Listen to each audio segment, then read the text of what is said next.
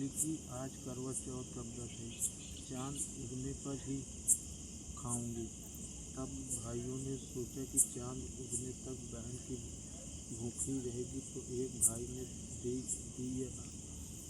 दिया जलाया। दूसरे भाई ने छलनी लेकर उसे ढांका और नकली चांद दिखाकर बहन से कहने लगे कि चल चांद उग आया है, आज्ञा दे ले।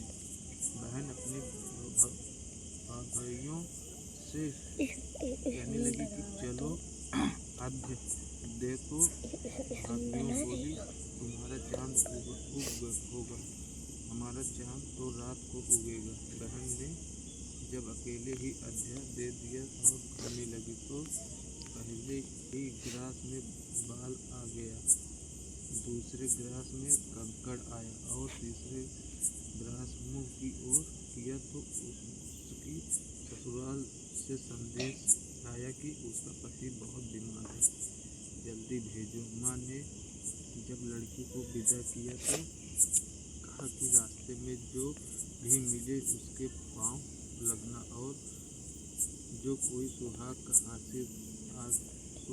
आशीष दे तो उसके पल्ले में गांठ लगाकर उसे कुछ रुपए देना। बहन जब भाइयों से विदा हुई तो रास्ते में जो भी मिला उसने यही आशीष दी कि तुम 7 भाइयों की बहन, तुम्हारे भाई सुखी रहे और तुम उनका मुख देखो। सुहाग का आशीष किसी भी नहीं दिया।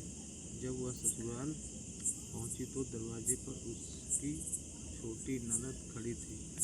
वह उसके भी पाँव लगी तो उसने कहा कि सुहागिन रहो, सपूती हो। तो उसने यह सुनकर पल्ले में गांठ बांध दी और ननद को सोने का सिक्का दिया।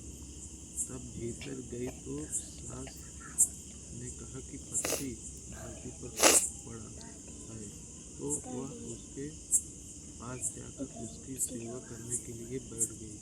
बाद में सास ने दासी के हाथ बची कुची रोटी भेज दी। इस प्रकार से समय बीतते बीतते माघ की चौथ आई तो चौथा माता बोली करवा ले, करवा ले भाइयों की प्यारी, करवा ले।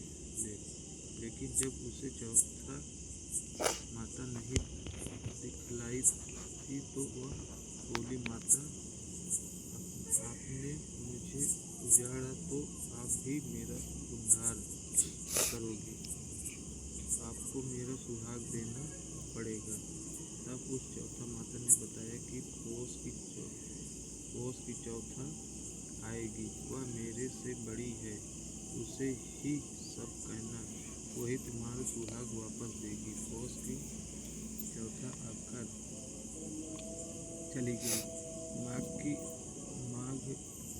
चली गई, फागुन की चली गई, चैत बैसाख ज्येष्ठ आषाढ़ और श्रवण भादों की सभी चौथा आई और यही कहकर फिर चली गई कि आगे वाली को कहना। असौज की चौथा आई तो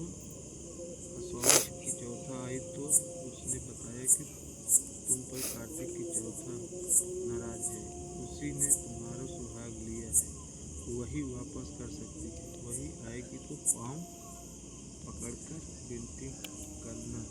यही बताकर वह भी चली गई।